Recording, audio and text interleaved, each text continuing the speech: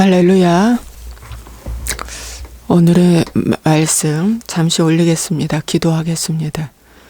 좋으신 아버지 하나님, 오늘도 이 하루 묵상을 통해서 하나님 또 생명이 아버지 하나님 생명을 붙잡고 생명이 임하는 귀한 시간 되게 하소서. 아버지 이 말씀을 통해서 아버지 하나님 오늘도 주님 우리가 어떠한 생활을 하든 회개의 기회가 될 수 있도록 도와주옵소서. 할렐루야. 상대의 모난 부분을 보고 내가 저 모습이다 생각하고 회개하게 도와주옵소서. 주님, 주님, 주님, 주께 오늘도 모든 것을 의탁하고 의지하고 하나님 하루를 견디는 귀한 시간 되기를 원합니다. 코로나로 인하여 경제와 또 교육과 모든 것들이 주님 중단하고 참 힘들지만 하나님 그래도 아버지 회개하고 돌이키는 귀한 기회가 되게 도와주옵소서. 예수와의 이름으로 축복하고 기도합나이다. 아멘. 할렐루야. 예, 하나님 은혜와 진리가 충만할 줄로 믿습니다. 오늘은 신명기 38강 15장 하겠습니다. 매 7년 끝에는 면제하라. 면제의 규례는 이러하니라.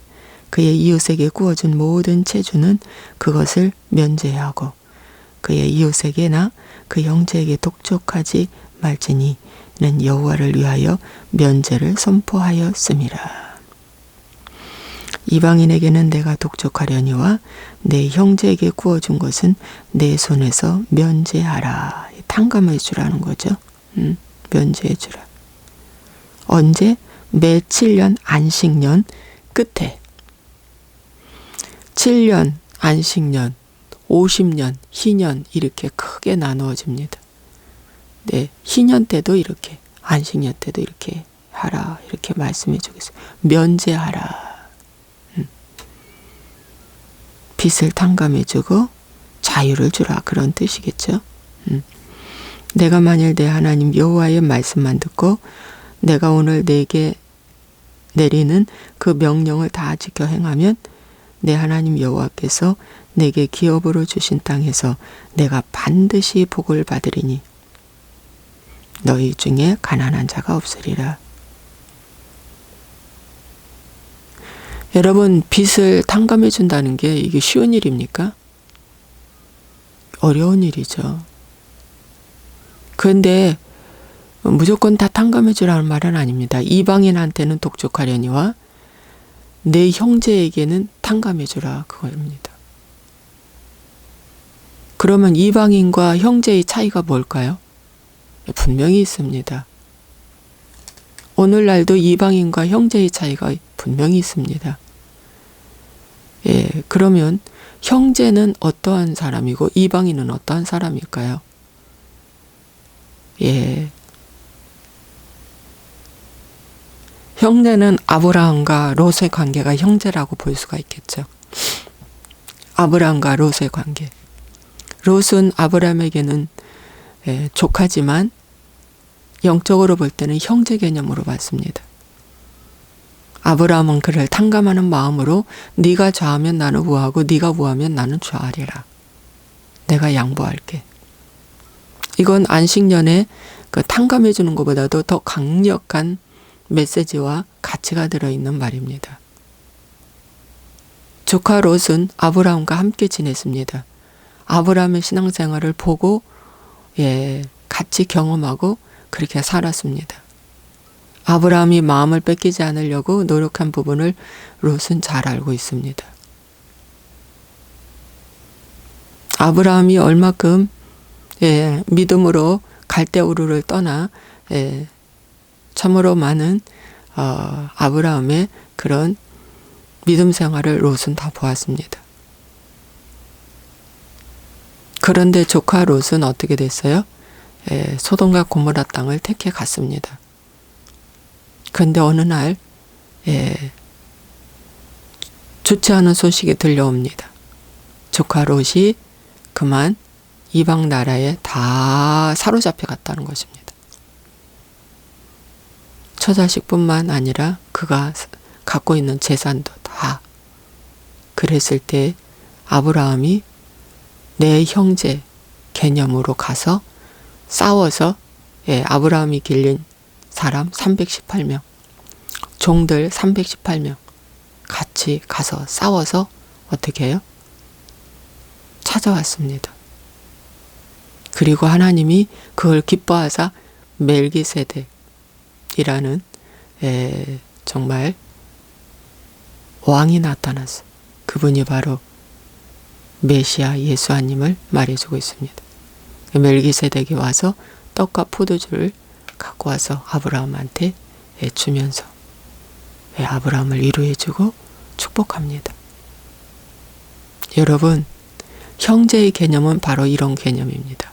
바로 뭐냐면 이 롯은요, 조카 롯은 그 소돔과 고모라의 그 엄청난 그 혼돈의 나라, 동성애의 나라, 돈과 문화와 쾌락이 사람들에게 가장 좋아할 수 있는 그런 나라. 잠시 잠깐 한눈 팔면 얼마든지 마귀의 밥이 될 수 있는 그런 나라. 돈이 우상인 그 소돔과 고모라의 땅에서 죄를 안 졌습니다. 조카 롯은 그 두 딸과 그 아내는 죄져였다는 말은 없어요. 그는 고민했다고 그랬습니다. 모든 것은 다 풍성하고 살기는 좋은데 의의를 지키기가 너무 힘들어서 조카 롯은 참으로 고통스러운 날을 지냈다고 성경은 짧은 한 줄에 나와 있습니다.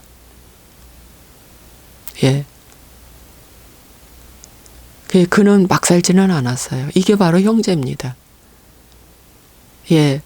다윗 왕이 무비보셋을 찾아서 같이 진상이 먹었던 것은 여러분, 그 원수 같은 사울이었지만 여러분, 사울의 손자잖아요. 그렇지만 그렇게 찾아서 먹게 된 것은 여러분, 은혜를 잊어버리지 않고, 요나단에 대한 은혜 잊어버리지 않고 그 약속을 지키고 또 무비보셋을 형제 개념으로 본 것입니다. 여러분, 물론 세상으로는 왕과 어쩌면 종으로 볼 수 있지만 형제 개념으로 본 것입니다. 그래서 여기도 종이지만 여기 말씀해 보니까 형제에게 독촉하지 말라. 여러분, 내 남편이 형제일 수도 있고 내 아내가 형제일 수도 있고 주 안에서 오직 나의 신랑은 하나님이 예수님이시고 저는 신부이기 때문에 이 땅에 있는 모든 사람은 예수님의 피 공로로 말미암아 죄사함을 받은 사람들이 형제 개념입니다. 그런데 형제는 요즘 이 기독교인들이 정통 기독교인들이 예수 믿는 즉시 영적 기도하는 즉시 어떠한 그 양육 프로그램, 어떠한 연조, 어떠한 것이 지나면 다 뭡니까? 죄사함 받고 구원받았다고 하죠. 그래서 다 형제라고 하죠. 근데 그게 아닙니다, 여러분. 그게 아닙니다. 여러분, 여기에서 주는 형제는 어떤 형제냐면은 가나안에 들어간 사람만이 형제입니다.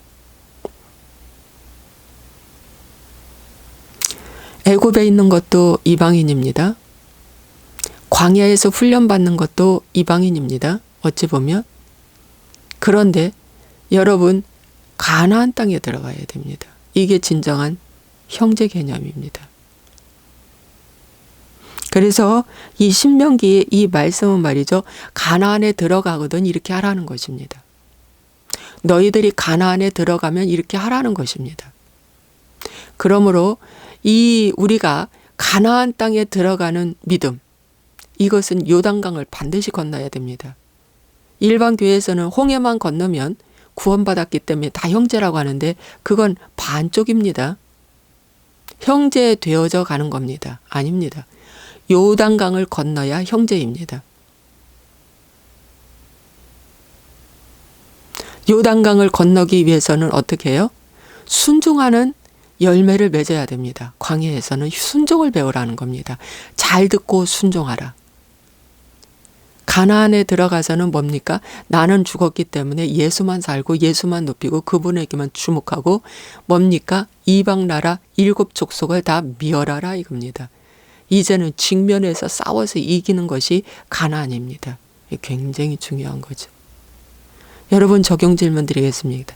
나는 형제입니까? 나는 이방인입니까? 그래서 형제의 개념은 뭐냐면 내 자아가 죽을 때 형제가 되는 겁니다. 그래서 뭡니까? 흑암에 있는 백성이 회개하는 그 한 사람, 흑암의 나라에 있는데 회개하는 그 한 사람 끄집어 냅니다. 내가 못 나옵니다. 나는 포로로 갔기 때문에 내 힘으로 못 나옵니다. 내가 할 수 있는 것은 오직 주님을 구하는 일은 어느 자리에서나 할 수 있습니다. 내 마음을 다하고 뜻을 다하고 정성을 다해서 주님께 회개하고 기도하는 건 내가 하는 일입니다. 그러면 그분이 나를 끌어내십니다. 끌어내면 어떻게 해요? 노예 입은 옷 그대로 있잖아요. 그죠? 그걸 어떻게 하냐? 보혈의 피로 나를 어떻게 씻어내는 것입니다. 그게 죄사함입니다. 속량이라고 하죠. 죄사함. 건져내사 나를 어떻게 해요? 씻어냅니다. 여기까지 돼야지 하나님의 자녀가 되고 신부가 되고 또 뭡니까? 형제가 되는 겁니다. 그러니까 형제가 된 자에게만 탕감해줘라 이겁니다. 형제가 되지 않는 자에게는 탕감하지 말고 독촉하라.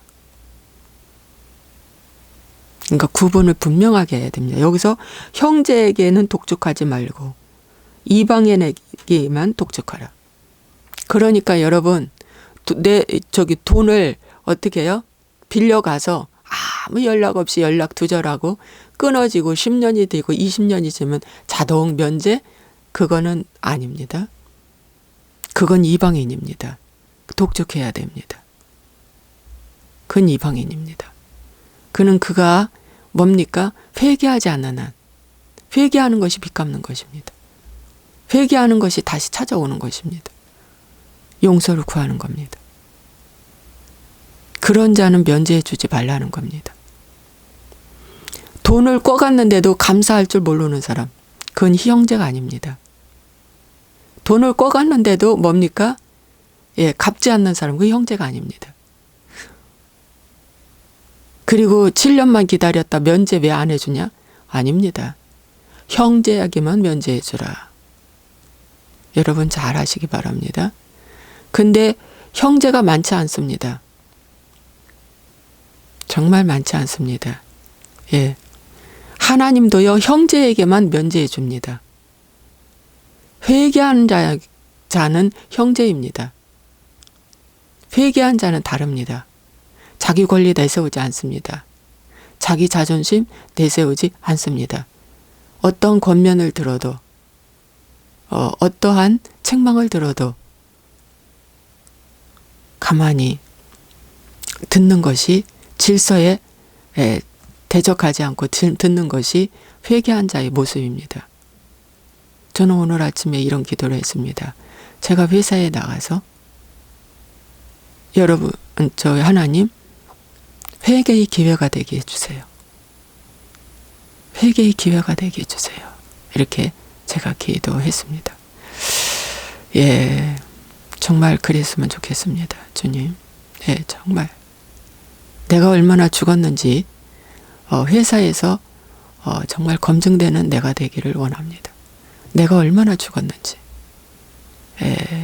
검증되는 이 하루의 자리가 되기를 원합니다. 내가 얼마나 죽었는가. 이런 자만 하나님이 탕감해주고 그 뭡니까? 체주도 나를 탕감해준다.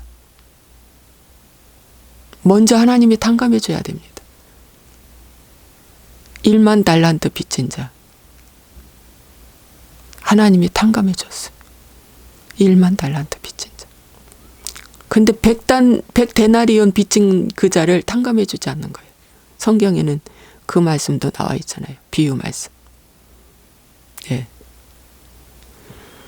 이 굉장히 중요한 말씀입니다. 그렇게 행할 때 어떻게 가난한 자가 없으리라. 내 하나님 여호와께서 내게 허락하신 대로 내게 복을 주시리니 내가 여러 나라에 꾸어줄지라도 너는 꾸지 아니할 것이요 내가 여러 나라를 통치할지라도 너는 통치를 당하지 아니하리라. 내가 너에게 권리를 주겠다. 권세를 주겠다. 예.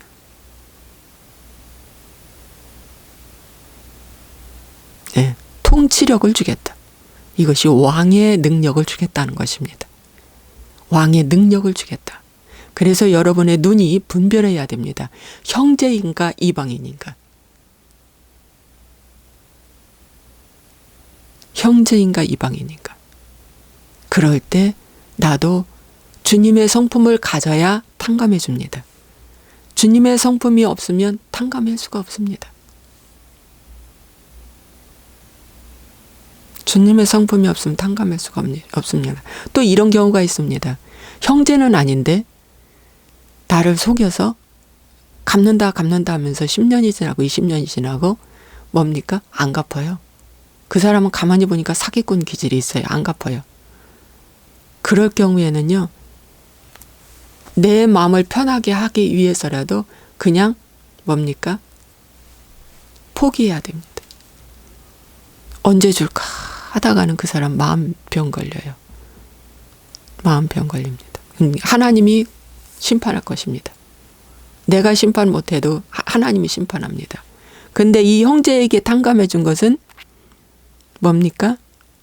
하나님이 심판하지 않고 오히려 복을 준다.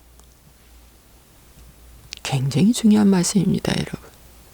그런데 이방인인데 불구하고 내가 불편해서 그냥 잊어버리는 거예요. 반드시 하나님이 그를 심판할 것입니다. 원수 갚는 것이 내가 있으라 내가 갚으리라. 예.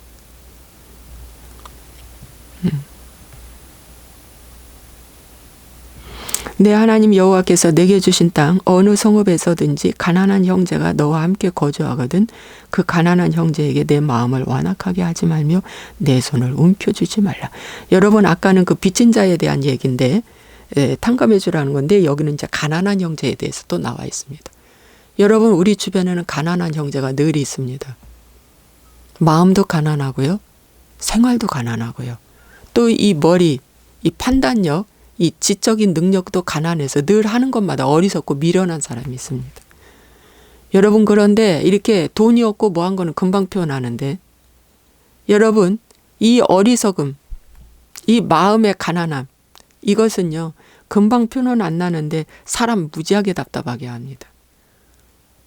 근데 그런 가난한 형제에게 어떻게 해요? 마음을 완악하게 하지 말라. 손을 움켜쥐지 말라. 내 손을 그에게 펴서 그에게 필요한 대로 쓸 것을 넉넉히 꾸어주라. 그냥 주지 말라 그랬어요. 꾸어주라 그랬습니다. 꾸어주라. 그럼 언제 또 갚아야 이렇게 받을 자세 하라는 거죠. 꾸어주라. 완악하게 하지 말라. 이 완악하게 하지 말라는 것이 뭡니까? 무시거절하지 말고 지나치지 말라는 뜻이죠.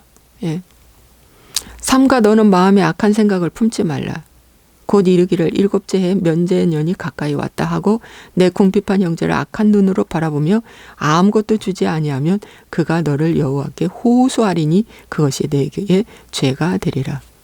아 여러분 7배 면제년이 왔는데 아무것도 그 형제에게 주지 않는다. 그래서 그 형제가 너무 억울해서 하나님께 기도했어요. 호소하면서.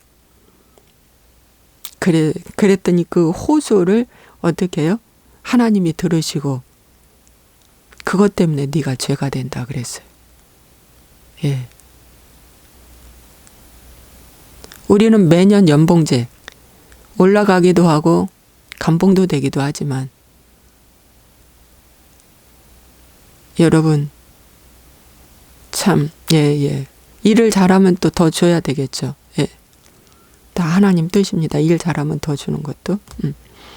너는 반드시 그에게 줄 것이요 줄 때에는 아끼는 마음을 품지 말라.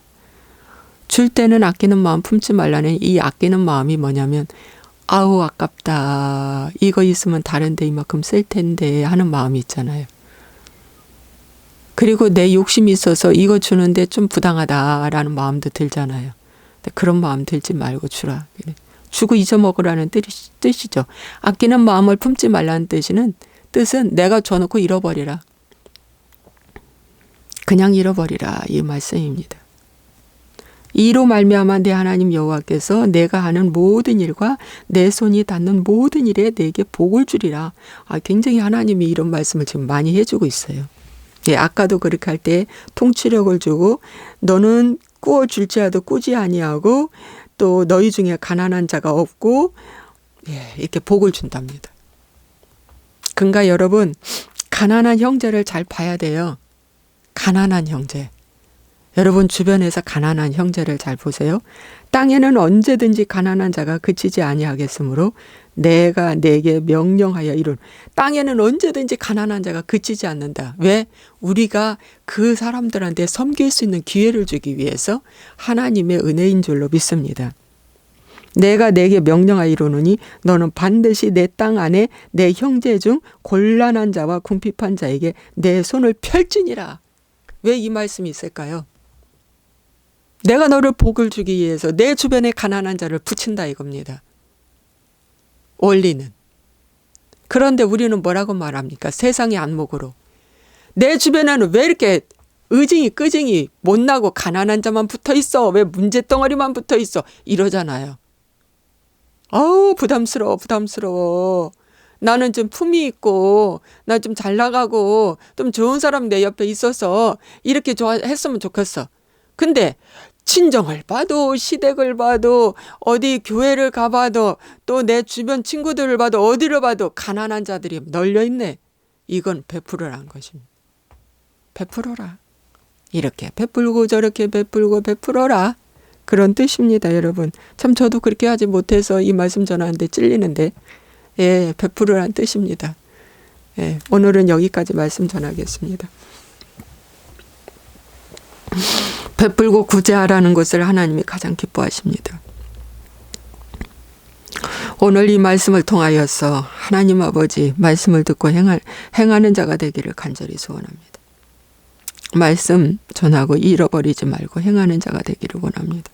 주님 도와주옵소서. 주님 정말 도와주옵소서. 주님 정말 도와주옵소서. 저를 불쌍히 여겨주시고 하나님 정말 저를 불쌍히 여겨주옵소서. 주님 도와주시옵소서. 주님 저를 도와주시옵소서. 주님 저를 도와주셔서 부족한 종이 말씀을 전할 때 하나님 꼭 주님이 전하는 말씀으로 전하게 도와주옵소서. 할렐루야 할렐루야. 이 말씀에 주님 기름 부어주세요. 이 말씀에 주님 기름 부어주세요. 이 말씀에 주님 기름 부어주세요. 오 주님 감사하고 예수와의 이름으로 축복하고 기도합니다. 아멘.